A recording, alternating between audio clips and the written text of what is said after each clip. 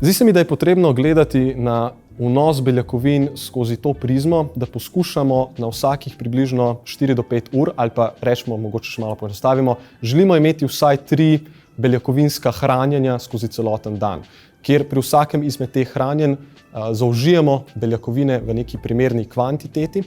To bi bilo vsaj 20 gramov nekih visoko kakovostnih beljakovin, saj s tem stimuliramo vse ugodne procese povezane z zadostnim vnosom beljakovin v smislu pozitivnega vpliva na regeneracijo, na apetit, na lažje uravnavanje telesne mase in telesne sestave.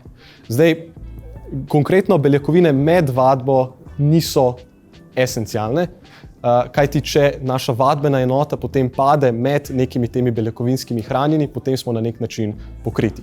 Ko zaužijemo obrok z zadostno mero beljakovin, ali pa bolje rečeno esencialnih aminokislin, potem stimuliramo s tem obrokom vse te pozitivne lastnosti, o katerih sem prej govoril, od zadostnega vnosa beljakovin. Potem pa to traja približno 3 do 5 ur, čisto v odvisnosti od sestave tega obroka. Če bil to recimo sam beljakovinski šejk, potem ta učinek hitreje mine, če bil pa to recimo steak, pa še neka priloga zraven, pa zelenjava, kar vse potem še malo upočasni prebavo, potem pa lahko ta učinek traja še dlje časa. Če zdaj uspemo svojo vadbeno enoto umestiti med temi beljakovinskimi hranjeni, potem ni bojazni, da bo prišlo do nekih izrazitih katabolnih procesov med treningom.